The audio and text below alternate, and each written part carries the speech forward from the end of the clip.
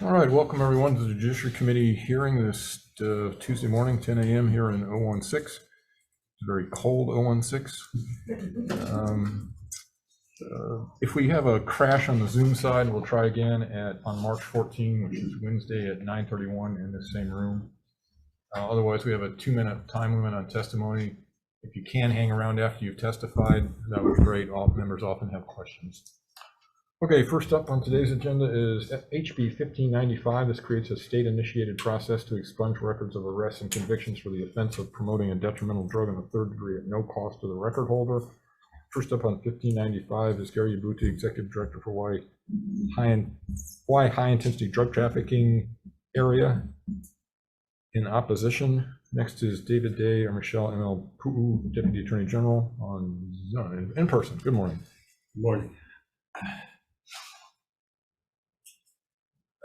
Morning, Dave Day. I'm the Special Assistant to the Attorney General. Also with me today to answer any questions later are Phil Higdon. He's the Administrator of the Hawaii Criminal Justice Data Center, and Deputy Attorney General Tricia Nakamatsu. The department's testimony today is really in two parts. One is that the department is in strong opposition to the bill as it currently stands. That's the HD or the House draft version today. Along with, or I should say the second part of the testimony is a proposal for an SD1 that we've presented and crafted concerning a pilot project that we believe would be reasonable and could be accomplished without any additional resources or appropriations at this time. So just briefly on the reasons for opposing the bill as drafted. It's effectively a repeal of the statute as drafted because there's no time limitation as to when the act occurred. It would be for both arrest and conviction records. It would not have any distinction between marijuana and Schedule 5 drugs such as opium and opiates such as codeine and hydrocodone. Second, there's already a process in place for qualifying. That's something that's going to be raised by others. And additionally, this would pose a great burden on the department, specifically the Hawaii Criminal Justice Data Center, to take on a project of this magnitude. Now moving on to the pilot project that we've proposed as a proposed SD1. This is one that's limited in scope. It's one that can be accomplished or at least be begun, and we can basically learn things from it with the resources available from the Hawaii Criminal Justice Center. At this time, there's only one expunger in a position at this time, but the idea would be that based upon the criteria listed in the draft that we can discuss more later, basically with those existing resources, we would begin state-initiated expungements of certain offenses relating to arrests. Thank you very much. Next up is Director Johnson with the Department of Corrections and Rehabilitation. In opposition, next is Thomas Berger, Staff Attorney for the Judiciary. Or somebody other than Thomas Berger from the Judiciary. Good morning. Sorry. Good morning, Chair. Good morning, Chair, Vice Chair, members of the committee. My name is Jennifer Wong. I'm the Staff Attorney for the Criminal Divisions, the First Circuit Court. We stand on our written testimony, but I would just like to point out, based on what Mr. Day said, part of our testimony does address the fact that convictions were already addressed with respect to the change that was made on January 11, 2022, the statute of less than the 3 grams or less. There's already a provision in our what we call our first-time drug offender statute that permits a person who was convicted and who had 3 grams or less to apply to the court, and then we have a hearing and they can have their conviction expunged. Okay, thank you very much. Next is Leanne Ebisugawa for Hawaii Civil Rights Commission. In support, next is John Ikinaga, State Public Defender. Good morning. Good morning. Good morning, Chair Rhodes, Vice Chair Gabbard, and Senator Elefante. My office supports this bill. In general, our support is based on the fact that it creates an automated system for the expungement process, and it's a very limited scope. It relates to 712-1249 specifically. One of the things I wanted to point out is although I believe in previous testimony, the Attorney General's office, other agencies have said that the process has been simplified to a one-page application. This still is often beyond the means of some of our clients. You still have to navigate through the system in order to get the form and know how to process it. A lot of our clients have ESL or English as a second language. So without the assistance of an attorney, which they're not entitled to during this particular process, they do not have the means or the wherewithal to get through the system. Even having a court process is beyond the ken of most of our clients to go back into court and try and petition for this type of thing. So we do support this bill to the extent that it actually helps the people that the majority of our clients are convicted of this type of offense. Okay, thank you. Next is the Maui Prosecutor's Office. In opposition, next is Brooks Bear for Honolulu Department of Prosecuting Attorney. Also in opposition, Frank Stiefel, Senior Policy Associate for Last Prisoner Project on Zoom. Good morning. Yes, good morning. Can you hear me? IT, can you turn up the volume a little bit? Okay, try again. Can you hear me now? Almost. Go ahead. Okay. So, hi, Chair, Vice Chair, members of the committee. My name is Frank Stiefel, and I'm testifying on behalf of the Last Prisoner Project to show our support for HB 1595, which is a narrow expungement bill that is solely focused on providing record clearance relief for individuals who have a criminal record for cannabis possession. On March 1st, we participated in an informational briefing on expungement, and we're joined by members of the Department of the Attorney General, the Judiciary, Search, and the Hawaii Innocence Project. It was made clear during that hearing that although larger improvements to the expungement process might require additional research, there is already enough infrastructure in place to implement a state-initiated process to expunge and seal cannabis possession records, an offense that was decriminalized all the way back in 2019. In fact, Dave Roberts, who is the Executive Director of Search and who has a 37-year career supporting justice information technology, including providing technical assistance to the Hawaii Criminal Justice Data Center, said that he completely agrees with the approach that is being taken via HB 1595, particularly as it relates to prioritizing relief for individuals who have non-conviction records for cannabis possession. Individuals who have these cannabis possession records are already eligible for expungement. However, we know from data presented by the JDC that approximately 40,000 of the 50,000 criminal records that currently exist and would be eligible under 1595 are for non-convictions. So that means 40,000 individuals have a criminal record for cannabis possession, even though they've been found not guilty of any criminal wrongdoing.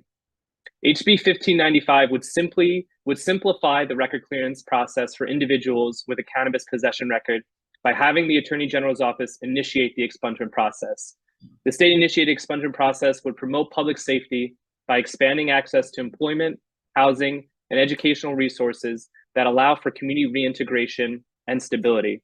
I thank you for your time, and I'll stick around to answer any questions. Great, thank you. Next up is Karen O'Keefe, Director of State Policy for Marijuana Policy Project. Aloha, my name is Karen O'Keefe. I'm sorry, we can just barely hear you. Natasha, are you still here? Yes, I'm here, Chair. Is there any way to turn up the volume? We could barely hear either one. I can barely hear either one of these last two testifiers on Zoom. Okay, one moment, Chair. Okay.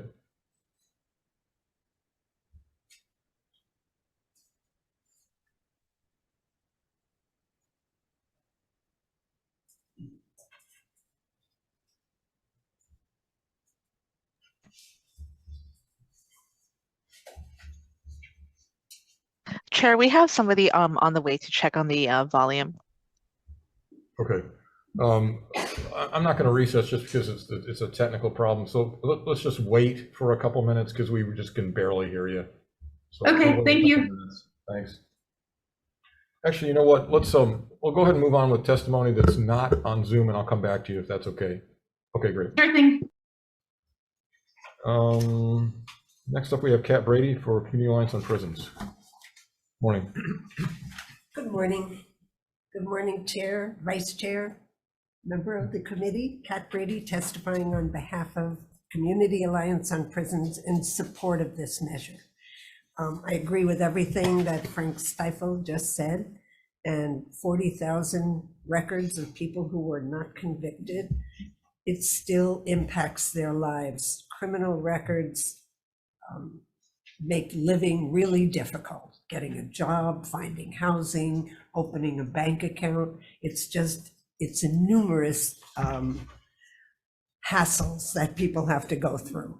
And if this is for 40,000 non-convictions, this doesn't seem like rocket science. So we think it's a good start to actually look at expunging people's records. Okay, thank you very much. Okay, I'm going to pause again and see if we can turn up the volume a little bit.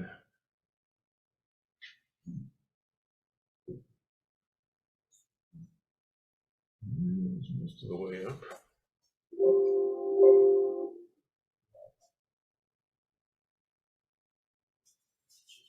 Okay, let's, Ms. O'Keefe, why don't you try again? Thank you, Chair. Can you hear me better? Much better. In fact, maybe you should turn the volume down a little. I was trying to project too. I'll speak in a normal tone. You ready? Hang on just a second. Okay, that should be about right. Go ahead. Thank you very much. Right. Thanks for waiting. Thank you. Aloha, my name is Karen O'Keefe. I am an attorney who has worked on cannabis policy for the nonprofit Marijuana Policy Project for 20 years. A recent poll found 58% of Hawaii residents support legalization, as does the Senate. A lifetime of stigma and collateral consequences is unduly harsh and inappropriate for cannabis possession. The state-initiated aspect of this bill is essential because few eligible individuals complete petition-based expungement, which is costly and cumbersome. This committee and the entire Senate overwhelmingly approved SB 3555, which, as amended, contemplated state-initiated expungement. However, the bill did not provide a specific mechanism to execute the expungement, nor did it direct the appropriate agencies to act. Last year, the Senate also passed SB 669, which was even more explicit regarding state-initiated expungement. HB 1595 is consistent with the past actions of this committee and the full Senate, but it is more narrowly tailored since it only includes simple possession records, not cultivation or distribution, and it's more precisely crafted. It is a first step that can be built on in future years. HB 1595 includes a specific process that was lacking from SB 3555 to realize this important feature of legalization and regulation. Half of Americans admit to having used cannabis, but only some are lucky enough, or worse, arrested because of racial inequality, to get arrested and to have this economic life sentence. 92% of employers report that they check criminal record histories. Continuing to have a lifetime stigma is completely inappropriate for something that most people think should be legal. Mahalo for your time and consideration. Thank you very much. Next up is Carrie Ann Shirota, Policy Director for the American Civil Liberties Union of Hawaii. Good morning. Aloha, good morning, Chair, Vice Chair, member of the committee, Carrie Ann Shirota on behalf of the ACL of Hawaii. We strongly support this measure. And while we've listed some of the reasons, I just want to share a real life story. There's currently an individual on Kauai who has a teacher's credential. And because of a cannabis related offense, which is on his record, he can't get a job within our DOE despite having the training. We are dealing with a workforce crisis, and we know from statistics from real life stories like this gentleman on Kauai, the number of people who face barriers to employment, housing, and other life opportunities resulting from convictions and arrest. The legislative body has made a decision to decriminalize cannabis, marijuana. At the same time, people continue to face this collateral consequences. We understand that from the perspective of those who may be doing the expungement, there's some resource issues. And we understand that if this legislative body makes this a priority, that you put resources towards the state-initiated expungement process. A number of states have transitioned to state-initiated process, recognizing that it is costly, timely, and very difficult for people to navigate this pathway. I participated in the expungement clinic with the University of Hawaii Law School a few years ago. There were a number of public defenders, a number of people who came to get help. And it was very difficult even for trained attorneys to go through the process to look through the records, let alone the money that it takes.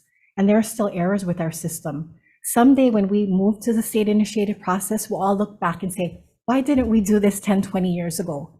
Other states have done it, and all the time and energy that we're spending that we can't do something, let's put it towards what we can do.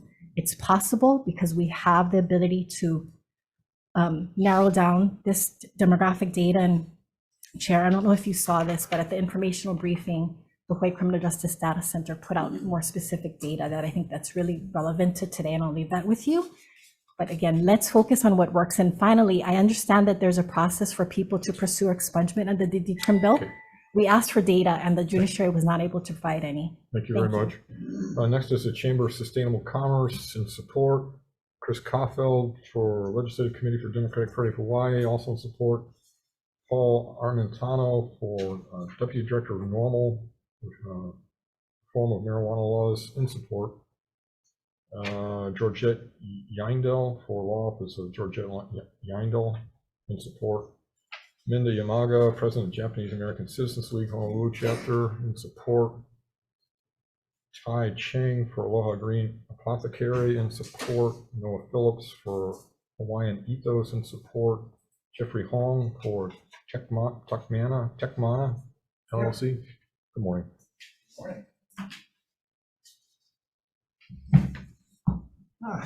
Good morning, Chair Rhodes, Vice Chair Gabbard, Senator Elefante. My name is Jeff Hong. I'm the CEO of Tekmana LLC, but I'm also the chair of Hawaiian Ethos, Hawaii Cannabis Licensee. And in those capacities, I can answer questions. I also serve as the chair of the Honolulu Liquor Commission, and I'm not speaking in that capacity. But I mention that because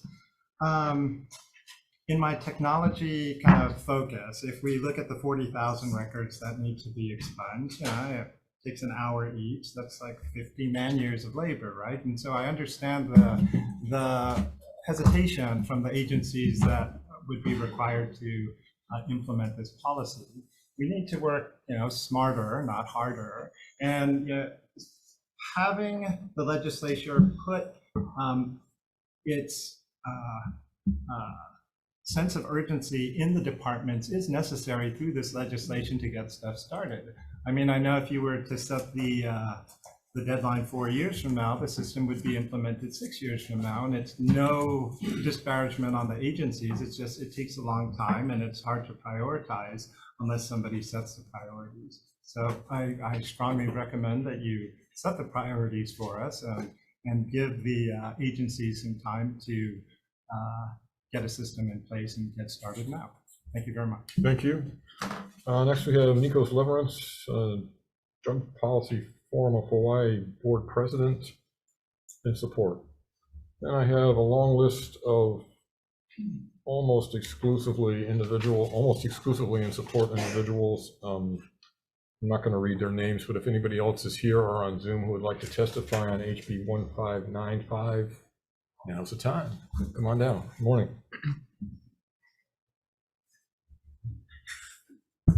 Good morning, Chair, committee members. My name is Cameron Hurt. I'm here on behalf of Common Cause Hawaii in support of this measure. While we do have currently a system of expungement in full transparency, I am a man with 6 years paralegal background. I speak 5 languages. I have 4 degrees, and I still had problems navigating to get to the expungement form, to fill it out, and to see how somebody would go about executing it. Now, the average person does not have everything that I have. I am in the community. I speak to people who have this on their record. They simply don't know how. They do not know how to go about even at times getting free legal help to fill out the paperwork, as well as there is serious trauma about stepping back into that courtroom and the cost of it all. These people are poor. When I'm saying living paycheck to paycheck, I mean their basic needs are being met paycheck to paycheck. So shoving out extra anything above $20 for them is really just not reasonable for them. Above all, though, we've decriminalized, and it's time that it reflects that. We have, as stated before, a employment crisis, 40,000 eligible people who we could throw into our workforce potentially. As far as for my organization, if you have this on your background as of now, I can't hire you. That doesn't mean that you're not a good person. That doesn't mean that you haven't done the work. That doesn't mean that you didn't pay your debt to society. It means I can't hire you.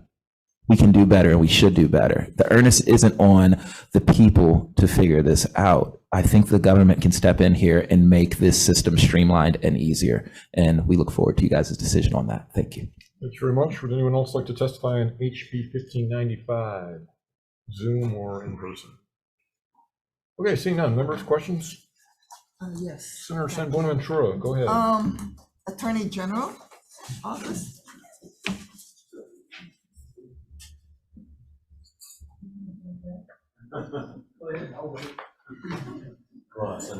Aloha. We're not sure who you would have questions for. Yeah, that's fine. Phil's Go ahead. also here. Okay, whoever wants to answer my questions. Okay, so my understanding is the regular expungement, how I used to do them back when I was an attorney before the, well, I still am an attorney, back before, but before it passed a decriminalization law, was that we actually had to get like a court order showing a dismissal and then apply for an expungement.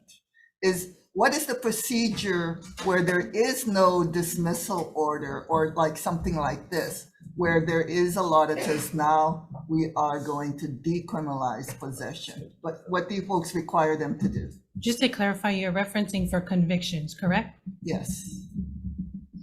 I don't know the whole process, but for convictions, they have to go to the judiciary first By way of a motion. by a motion. So there needs to be a dismissal or expungement. So, I mean, but we have decriminalized this. So did you folks have a procedure in place No. that doesn't require them to go to court to get a dismissal? No, because that's by way of statute. It's in 706-622.5. It's by way of motion. So that's For a why conviction. we need this bill, because otherwise people do need to petition for a dismissal of their conviction. Of a conviction, yes, yes. Okay, thank you very much. Okay, That's it. other questions? You can stay there for a second. So what would the effect of an expungement have on outstanding restitution? Or would an expungement just not occur until restitution was paid?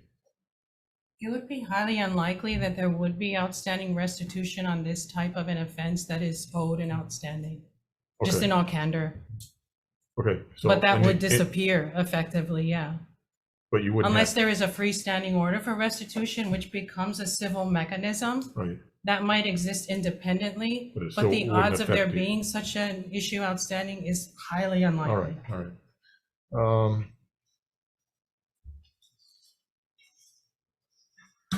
So you talked about the conviction side. So if you just have an arrest, it's a different process? Yes, sir, that goes to Phil. Okay, and what happens? If you want an arrest, non-conviction, expunged, all the individual has to do is fill out a form. The only information that individual needs to put is their name, date of birth, social security number, and a current address and an email address. They send it to us with a fee, a minimal fee, and then we research to see if that person qualifies for that expungement. But not only one expunge charge, but any arrests that qualify, we expunge them all. It only requires one application, one fee. Okay. And I was here, just in answer to your question regarding convictions, when the gentleman from the judiciary was present about the motions for expungement on these types of offenses for the 3 grams or less. Apparently the motions process for that is not very complicated. It's simply a motion indicating that this was the offense, and it's pretty easy to verify. It sounded quite simple to me, so I'm not sure what the difficulty is in that regard. Okay. Unless other members have questions, I'd like to ask the judiciary. Judiciary, you're still here, yeah? So I think the testimony of the judiciary was that at least for convictions, there had to be Court action. a court action, a judge looking at the case. So that's. So is there a way to square that circle, basically an automatic expungement, but without, I mean, I realize that the judiciary is an independent branch of government, but what's your opinion on whether we can just tell you to expunge these? Essentially, you folks already have told us that we have to expunge them if the conviction was for 3 grams or less. It's already in the statute. The application just has to be, somebody just has to tell us that that was what the charge was, and that will be decriminalized as long as it was a conviction prior to January 11th, 2020. But essentially the same process would work here with an expungement. It's just we would be telling you to do something different, but a judge would still have to look at it. We'd have to look at every single. Does a judge look at all the expungements? Yes. They do. Okay. Okay, thank you. Senator Buenaventura. Judiciary, could you stick around? Sorry. So do you folks have a form? Do we have a form for motion to expunge? I mean, because basically my memory is case ends upon judgment or conviction unless you file like a motion for new trial under Rule 59 or under Rule 60. So under what rule will this apply? 59 or 60? And do you folks have a form? Because that's what the AG says. It's supposed to be easy. So it depends on what kind of expungement you're talking about. So if we're talking about the 3 grams or less, we do not have a form yet. That was just passed into law January 11, 2020. But essentially it could be just a letter. Right now, what we do for the expungement, when they get an expungement order of their arrest records from Hawai'i Criminal Justice Data Center, and they're asking us to seal our court records, our non-conviction court records, there's just a letter. They actually can get that right off our website. It's a letter that says, here's my expungement order from the Hawai'i Criminal Justice Data Center. Please expunge my, please seal my case. Okay. So there's a difference between what we do for an expungement of arrest records, non-conviction arrest records, we seal cases. But if it's a conviction, then the judiciary, the court has to expunge that conviction. The Hawai'i Criminal Justice Data Center doesn't have anything to do with convictions. Okay. So you still need to file a motion. Somebody needs to know what rule it is. No, there's no rule. I mean, they basically send us a letter for the. So somebody who's convicted, 3 grams or less. Okay, convicted, yes. They could send us a letter. We would turn it into a motion. But we would not have the ability to know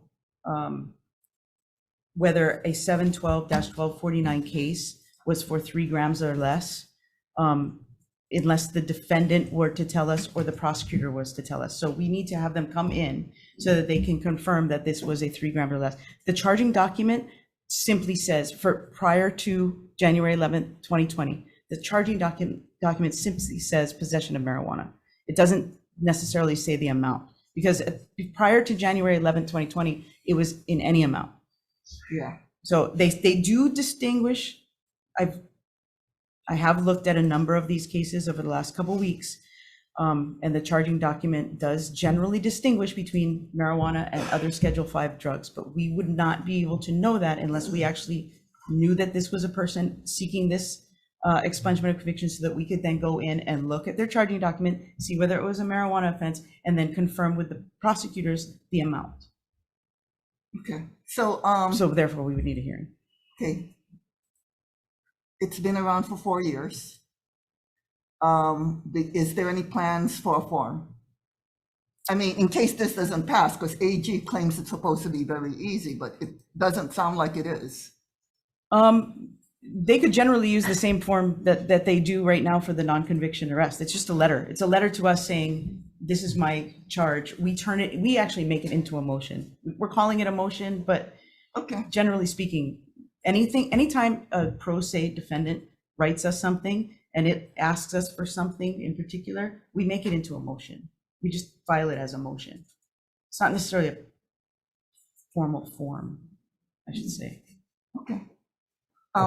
Sounds like it's a recent thing, because before, when I see the letter, the judge actually mails me the letter. It doesn't get created a motion. When I'm a court-appointed attorney, where the conviction had occurred like over a year later. Right. So if you're an attorney, yes, then we would. If an attorney is filing it, we would require you to comply with our rules. Yes. Yeah. Okay. Thank you. Other questions? All right. Thanks very much. We'll go ahead and move. Last note on this bill: the final count on testimony was support was 71, opposed was 6, and there was 1 with comments. Okay. We'll go ahead and move on to HB 1608. This appropriates funds for the Deputy Public This appropriates funds for deputy public defender positions within the Office of Public Defender and requires that one of the positions be assigned to the family court section. First up on 1608 is Edmund Fred Hune for Hawaii Paroling Authority.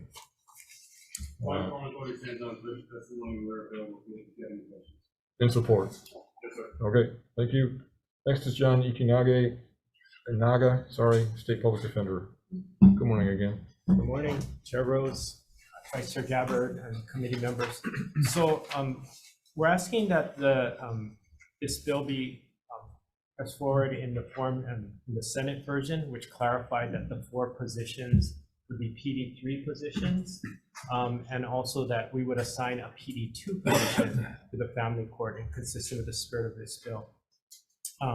Again, whenever the legislature passes new offenses, increases the penalties on offenses, it in turn creates a greater workload for my office. And in losing positions during the pandemic that we never got back, those are critical. So we are asking that some positions be restored. We're very grateful to the sponsors of this bill for recognizing that the workload has increased, the pay has not. The reason why I had asked for the PD3 positions, if you're familiar with Senator Rhodes, was because, especially on the neighbor islands where I would look to assign these positions with the greatest need, it's hard to recruit at the PD2 level because of the low level of pay and the higher cost of living on the neighbor islands. So that's why I specified PD3 positions. Thank you. Thank you very much. Next up is ACLU of Hawaii. Morning again.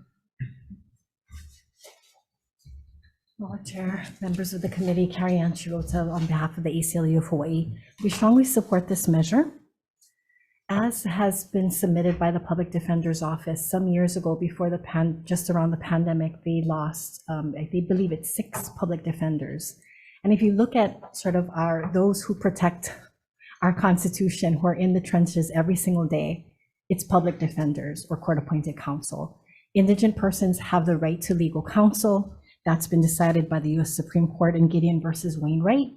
And there have been studies suggesting a certain caseload that's considered best practice or reasonable for attorneys to provide zealous representation.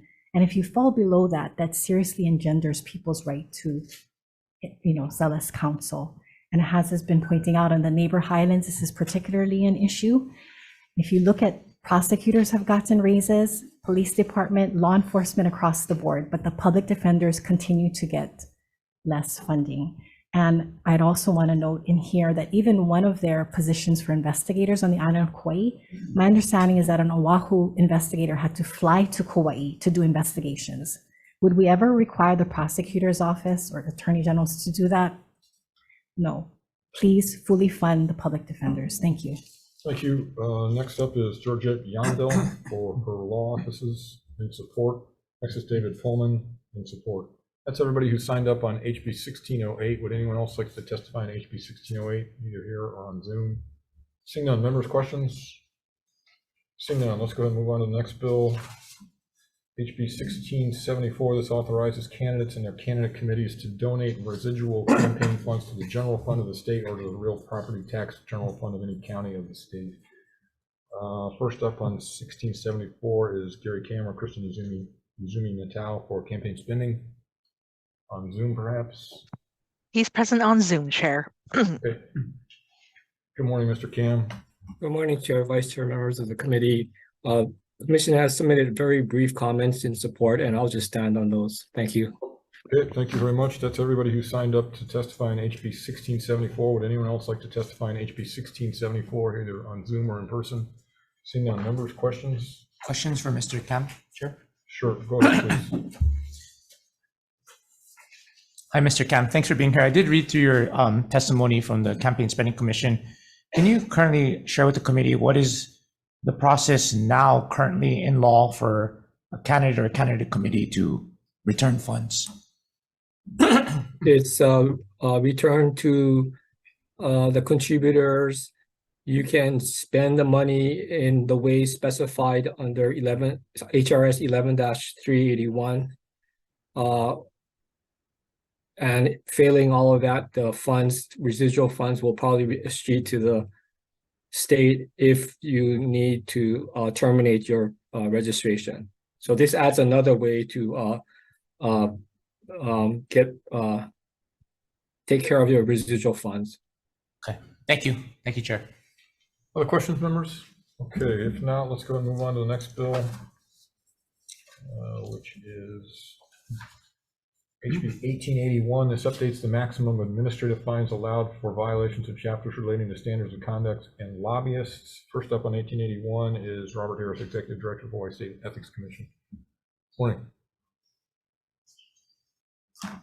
Good morning. Aloha, Chair, Vice Chair, members of the committee. Appreciate the Senate's ongoing research into cryogenics. This committee heard a substantially similar bill already, so I'll just be very brief. The commission is in support of this bill.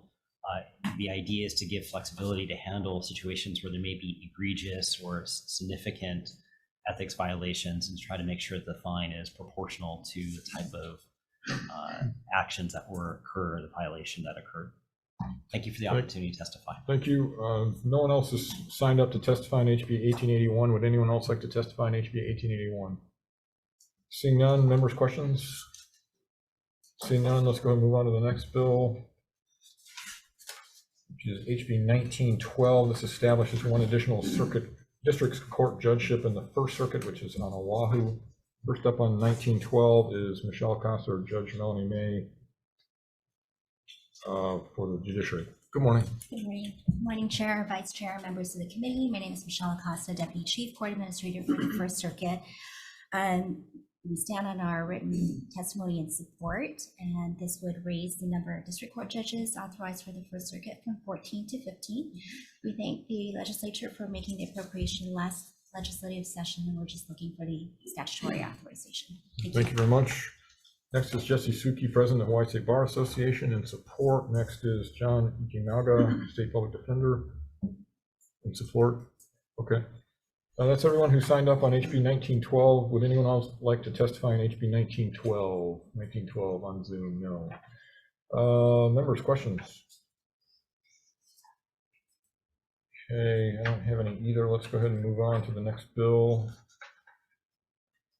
which is HB 1913. This increases the rate of compensation and maximum allowable amounts per case for court-appointed counsel and guardian ad litem in family court proceedings. First up on 1913 is Judge Matthew Viola, or Viola, I've forgotten how to pronounce it. Good morning, Judge. How are you? Good, thank you. How are you? Good morning, Chair, Vice Chair, community members. I'm sorry, is it Viola or Viola? My grandfather was right off the boat, said Viola. I said Viola. Okay, thank you. I respond to almost anything. Thank you, Chair. Just real briefly, this is a companion bill to SB 2376 that passed out of this committee unamended on January 30th. I stand on our written testimony, which is essentially the same as the testimony submitted to this committee before. I'd like to emphasize just two things briefly. I understand the difficult fiscal situation the state appears to be facing. I would nonetheless ask that the appropriations amount that we had proposed, $1.5 million, be reinserted into the Section 3 of the bill if possible, and also request that the effective date be changed to July 1st of 2024, and I'm available for any questions if. Okay, thank you very much. Let's see. Next up is Kathy Betts, Director for the Department of Human Services. In support, Jesse Suki, President, Hawaii State Bar Association, also in support, and ACLU of Hawaii. Do you want to testify on this in support? Okay, in support. Next is John Ikinaga of State Public Defender, in support. Okay, and Madeline Tomasino Reed, also in support. That's all the testimony that we have on HB 1913. Does anyone else wish to testify on HB 1913?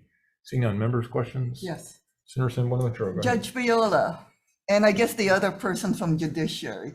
Okay, in family court rules, there's an automatic discharge after so many days, I don't remember, upon, yeah, you understand the rules. Yes. But I don't see a similar rule in rules of circuit court or rules of civil procedure. So my concern is what the other person from judiciary, that upon a letter, that a court-appointed attorney can be called back in after they thought they're already done with a case.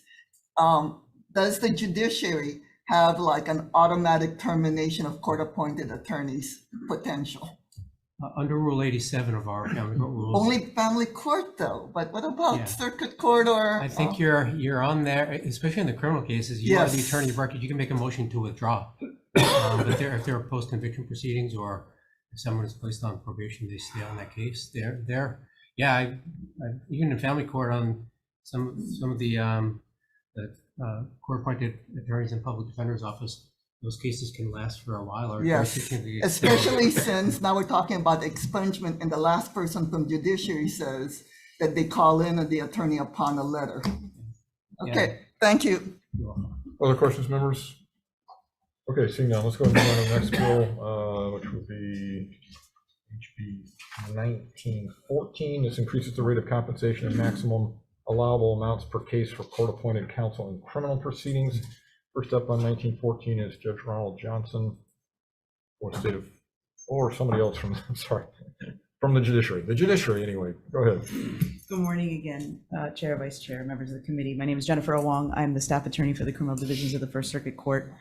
We do stand on our written testimony, but I would just echo the statements, because you guys already did hear this bill, companion bill. I would echo the statements of Judge Viola with respect to this bill. We were just understanding that given the fiscal situation, that the appropriations amount be re-entered into the bill and that the effective date be moved to July 1st, 2024.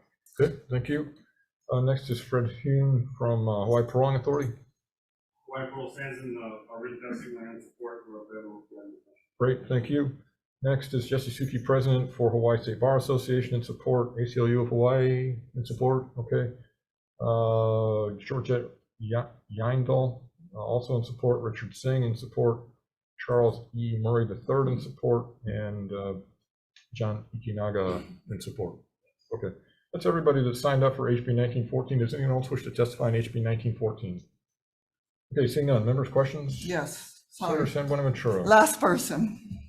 Okay, would you consider a similar rule for rules of circuit court as we had talked about on family court for Rule 87? Because I've taken a lot of court-appointed cases. I don't really want to be yanked back in, especially if at that time it was like $40 an hour. So I think maybe I misunderstood your question. I thought you were saying that the court-appointed attorney would send in a letter.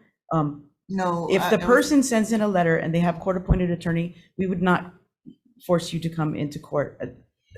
We would allow it to go forward with the pro se defendant, because there was no conviction. I'm sorry, at this point, maybe this is an offline conversation, because I'm not sure what this has to do with the. Well, basically, rates it talks for the- about it talks about compensation of court-appointed attorneys. Yeah. And when does a compensation for court-appointed attorneys terminate, especially when we have limits of 12,000, 6,000, It doesn't actually 3,000, change, the bill doesn't actually change that. So I mean, if you want to ask the question, go ahead, but it doesn't seem entirely relevant at this point. Well, it is for court-appointed attorneys, sorry. In criminal cases, unless you withdraw from the case, you would still be the attorney of record, yes. Okay. Okay. Anyone else on, any other questions on HB 1914? If not, let's go and move on to the next bill. HB 1953, this requires the Judicial Council to conduct a comprehensive review of the Hawaii Penal Code and to recommend proposed changes.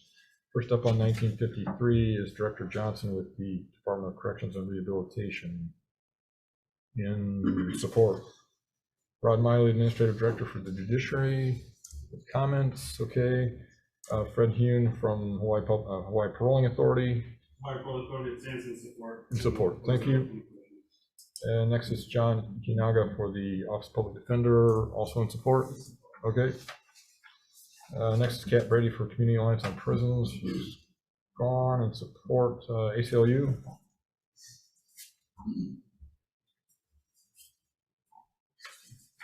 Hello, Chair, committee members, Carrie Ann Schroetz on behalf of the ACLU Hawaii. We strongly support this measure, which would require the Judicial Council to create an advisory committee to do a comprehensive review of our penal code. As we've heard over the last few years, there are emerging and best practices in criminal justice reform. A number of states have significantly reduced their incarcerated population from anywhere from 8,000 in New Jersey to up to nearly 40,000 in California over a 6-year period. We have implemented some reforms here, but it's been very incremental. Taking a comprehensive look at our penal code will allow us to look at areas where we may be creating more people that are going into the carceral system rather than diversion. And so we ask that we not only pass this measure, but that we expand the advisory committee to also include members from the Office of Wellness and Resilience, from Department of Human Services, Health, someone with expertise in harm reduction, because these are the stakeholders that need to be at the table to look at diversion best practices, reduce our carceral system, and save taxpayer dollars, because it costs over $90,000 to incarcerate one adult per year, and we're spending less than $10,000 to educate a child. Please pass this measure. Thank you. Thank you very much. Next is Carolyn Eaton in support, Georgette Yandel in support, Isis Usborne in support, Nikos Leverance in support. That's everybody who signed up on HB 1953. Anyone else like to testify on HB 1953? Okay, seeing none. Members, questions? Seeing none, let's go ahead and move on to the next bill, which is HB 2485, relating to state tax administration. Repeals an obsolete fee for certified copy of a tax clearance. They don't give certified copies anymore.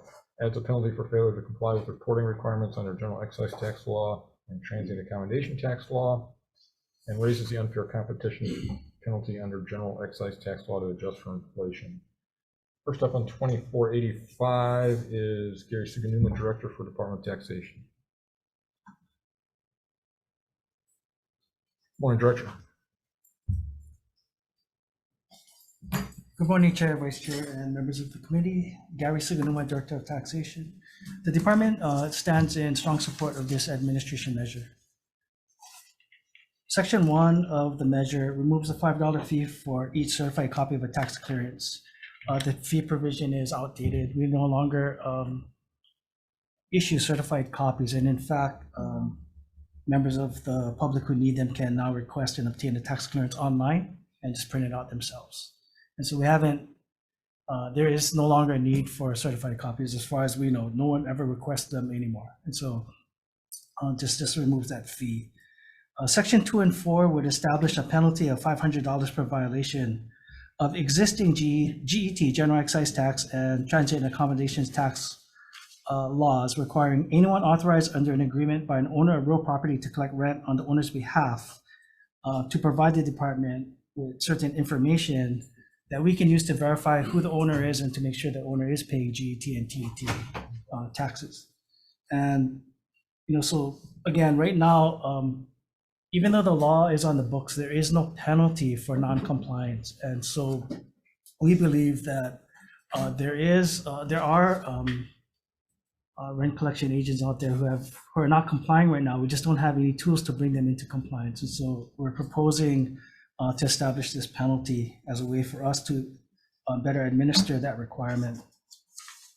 Section 3, finally, of the bill increases the fine under the current GET law for unfair competition. The penalty right now is just $50 per violation, and it's really outdated. It really is not a disincentive, I guess, for people to violate because the fine is so small. And so we're proposing to increase that to $1,000 per violation. Okay, thank you very much. Next up is Tom Yamachika for Tax Foundation of Hawaii on Zoom, perhaps. Not present on Zoom, Chair. Okay, with comments, next is Laura Chadwick, President and CEO for the Travel Technology Association. Also with comments. That's everybody who signed up on HB 2485. Does anyone else wish to testify on HB 2485? Seeing none, members, questions? Yes, sorry. Senator Sembonu in charge. Director Suganuma.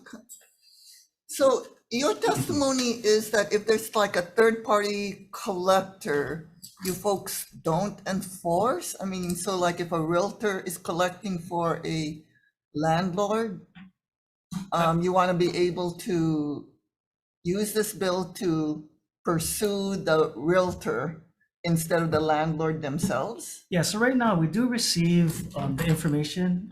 We receive the information. Typically, what they do is they provide us with a copy of the rental collection agreement, which has the information of the owner that we need. But based on the number of submissions to us, we believe that there are a lot of collection agents out there, property managers, et cetera, that are not in compliance. And so right now we can ask them to come into compliance if we find them and we learn about them. But really, we don't have the ability to impose a fine or something like that that would incentivize them to. But then you folks have the ability to enforce on the landlord, right?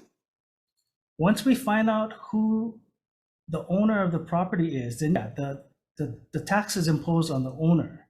But that's the problem is when the collection agent, because you could be collecting rent for a number of different owners, but we don't know who the owners are. So that's why this requirement is very important to us, because it helps us identify the taxpayers that we need to check to make sure that they're paying their taxes. Okay, I'm sorry. My question then is, I'm sorry, I've always thought when I pay like Hawaiiana my rent, that there's an automatic enforcement ability, but for the tax to make sure that they pay the GET tax on the rent, and you're saying it isn't. What about, would this cover like court-appointed foreclosure or bankruptcy trustees who then have to collect the rent? Or could they be exempt from, because they may not know about this? I think if under the statute, like you're the collecting foreclosure rent commissioner for an owner, then you are subject to this requirement. Okay, will you folks be able, I mean, if we pass this, will you folks be able to have like administrative rules to allow for, I guess for, I'm gonna say ignorance, okay? Because a lot of times when it's a foreclosure commissioner, it's somebody who normally doesn't collect rent, or a bankruptcy trustee who normally doesn't collect rent and will not know the procedures, except at the time of the actual foreclosure and at the time of the actual bankruptcy, then they report to the court as to the rents that they've collected. I mean, yeah, I mean, if we feel the need that for clarification of the law to help the taxpayers, yeah, certainly we can do administrative. So, so you can't, okay, well, I'm gonna be requesting an exemption, especially for those who have to report to court anyway. But really, the requirement really helps us with respect to, and it's really focused on non-filers. Yeah. Who basically are not using online platforms or are not available to us in any other public type information repositories. I understand, but yeah. I'm concerned about somebody who is just doing what they were directed to by court, but does not know the intricacies of the tax department. Thank you. Okay. Thank you. Other questions, members? Okay, thank you very much. If not, we'll go ahead and move on to HB 2509. This proposes an amendment to Article 6, Section 3 of the Hawaii State Constitution to increase the mandatory retirement age for state justices and judges from 70 to 75. First up on 2509 is Rod Miley, Administrative Director for the Courts. In support, Fred Hume for Hawaii Paroling Authority. In support. Okay, thank you. Next is John Ikinaga, State Public Defender. In support. Thank you. Michael Galoyo Jr. for Stonewall Caucus of the Democratic Party of Hawaii on Zoom. Not present on Zoom, Chair. He supports it as well. Kat Brady is not here in support. Michael Galoyo Sr. in support. Lemomi Khan in support. Carolyn Eaton in support. Diana Bethel in support. And Nico Leverance in support. That's everybody who signed up on HB 2509. Does anyone else wish to testify? Sure, come on up. Good morning again. Good morning again, Chair, committee members. Carrie Ann Shiroti on behalf of the ACL of Hawaii. We support this measure. I'm sorry I didn't submit written testimony. We believe that we live in a democracy and the voters should have the right to vote on this issue. And we just want to point out that we have HRS 378, which is our fair employment statutes that currently a protected class is age, that we do not allow individuals to be discriminated on the basis of age. And we see that people are living longer and can continue to contribute to our community. So please let the voters decide. Thank you. Thank you. Would anyone else like to testify on HB 2509? HB 2509. Seeing none, members' questions? Yeah, the question. Senator Gabbard, The go last ahead. testifier. Sorry, I forgot her name. Oh, Carrie Schroeder, please. Yeah. So there are 16 states that have no retirement age. So would you be in favor of Hawaii being added to those 16 states based on your testimony? That is a possibility. I think that whatever we decide, it just needs to be clear so that the voters are very aware of what we're voting for. So that is a possibility. I would say we haven't taken a specific position on that, but we would also be open if there is amendment to do that, to not to have an age limit or if you increase it. But we believe that the voters should You were have that saying let the opportunity. voters decide, so I was just curious where you're coming from. Yes, Thank you. Thank you. Thank you, Chair. Thank you. Yeah, I would note that we did try with one to raise it to 80 about 8 years ago and it lost like 2-1. So I think that's why this one's 75. Not my bill, but the other one was. Other questions on this last bill, 2509? All right, if it's okay with members, we'll go ahead and start voting if that is acceptable. Okay. First up, back to the top of the agenda, HB 1595.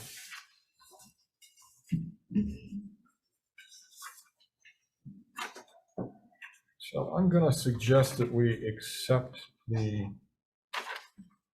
Attorney General's proposed pilot project. Language, so, okay, here we go. So instead of the bill's statewide automatic expungement program for arrests and convictions of all substances under the promoting a detrimental drug in the third degree, I propose that we adopt the Attorney General's pilot program for a state-initiated expungement of marijuana possession arrests. It does the following: applies to arrests for possession of marijuana for violating the promoting of a detrimental drug in the third degree statute that occurred before January 11, 2020, the date that the marijuana decriminal law went into effect, and that did not result in a conviction. We'll apply it to one county. I was thinking of Hawaii County. Senator San Buenaventura, are you okay with that? That's fine. Okay. And we'll require the expunged would require the expunged arrest records to not be divulged unless the usual exceptions apply that are in the current expungement law. Require the Department of the Attorney General to administer the pilot using existing resources, establish the pilot from the bill's effective date through October 1, 2025, and require the Hawaii Criminal Justice Data Center to report to the 25 and 26 legislatures on the pilot. Also add language to the bill stating that no fee or cost will be required for the expungement itself, although conceivably for further copies or something there could be some minimal charge. Also, we'll amend the preamble to reflect the changes in the bill, and we'll make it effective upon approval. Questions or concerns? Yes. Sure. Sorry. Go ahead. Okay, so I'm generally in agreement. I would, however, like to expand the pilot project not only for marijuana possession of 3 grams or less, but also possession of drug paraphernalia where the conviction occurred prior to the decriminalization. For Pakalolo specific drug paraphernalia, is there such a thing? I don't know. No, it was possession of drug paraphernalia was decriminalized back in, I don't know, 5 years ago. It was my bill. It wasn't specifically for marijuana. It was for. I don't know.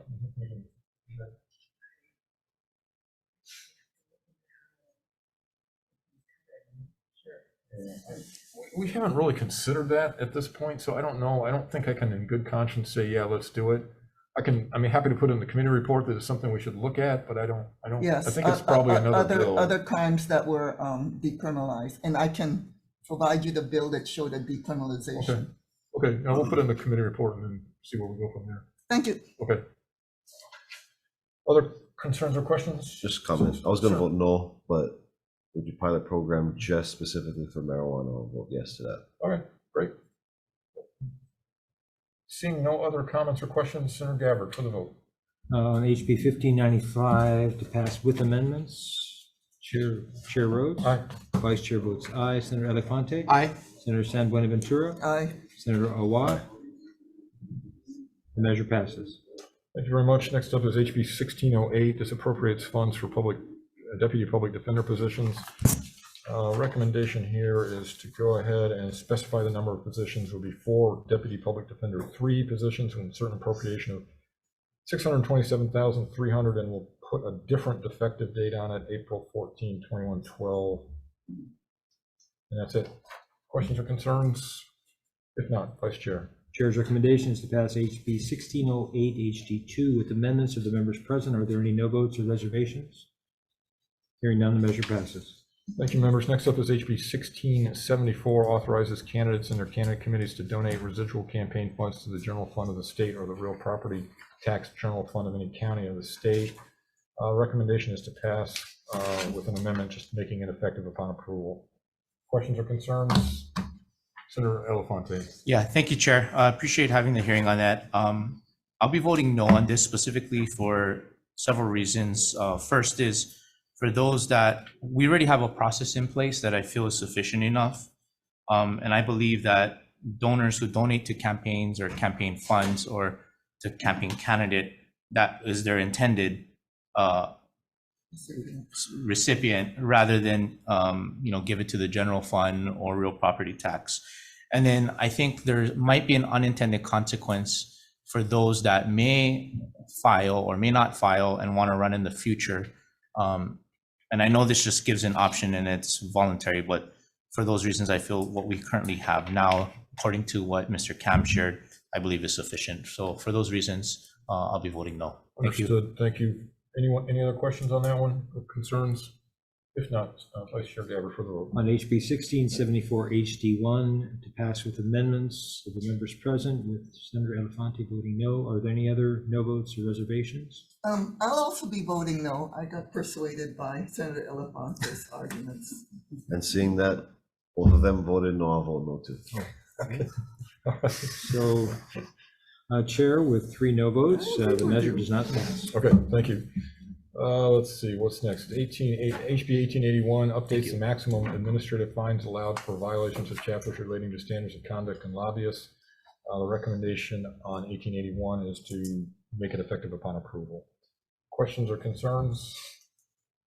Seeing none, Vice Chair. On HB 1881 HD1 to pass with amendments, are there any no votes or reservations? Hearing none, the measure passes. Thank you. Next up is HB 1912. This establishes an already funded district court judgeship in the First Circuit. The recommendation here is to make it effective on July 1, 2024. Questions or concerns? If not, Vice Chair. HB 1912 HD1 to pass with amendments of the members present. Any no votes or reservations? Hearing none, the measure passes. Thank you. Next up is HB 1913. This increases the rate of compensation and a maximum allowable amounts per case for court-appointed counsel and guardians ad litem and family court proceedings. The recommendation here is to go ahead and plug in the numbers, put in the $1.5 million appropriation, and we'll make it effective on July 1, 2024. Questions or concerns? If not, Vice Chair. On HB 1913 HD1 to pass with amendments, are there any no votes or reservations? No. One no vote for Senator Awa. The measure passes. Thanks. Next up is HB 1914, increases the rate of compensation and maximum allowable amounts per case for court-appointed counsel in criminal proceedings. Recommendation here is similar. We'll go ahead and make it effective on July 1, 2024, and we'll add in the $2.5 million appropriation. Questions or concerns? If not, Senator Gabbard. HB 1914 HD1 to pass with amendments. Are there any no votes or reservations? No. Voting a no vote for Senator Awa. The measure passes. Okay, thank you. Next up is HB 1953, requires the Judicial Council to conduct a comprehensive review of the Hawaii Penal Code. Our recommendation here is to pass with some amendments. We'll go ahead and insert the $25,000 appropriation and make it effective upon approval with the appropriation effective July 1, 2024. I'd also like to add a provision that allows the named members of the advisory board to add on additional members as they see fit. I think there is Persuaded by some of the testimony that there may be others that should be in this, but I'd like to leave it up to the advisory and what do we call it, commission?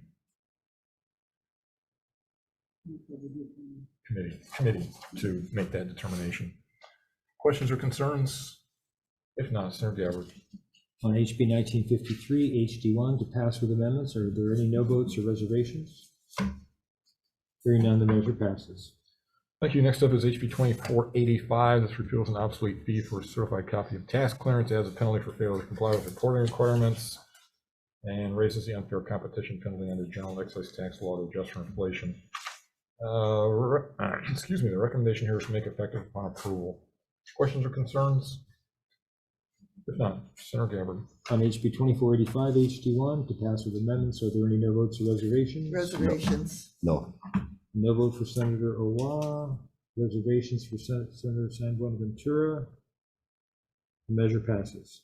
Okay, thank you. Next up is HB 2509. This proposes an amendment to Article 6, Section 3 of the Hawaii State Constitution, to increase the mandatory retirement age for state justices and judges from 70 to 75. Recommendation is to go ahead and pass with an amendment, make it effective upon compliance with Article 17, Section 3 of the state constitution. Questions or concerns? If not, Senator Gabbard. On HB 2509, HD1 to pass with amendments, are there any no votes or reservations? No. No vote for Senator Owa. The measure passes. All right, thanks very much, everyone, for being here. We're adjourned.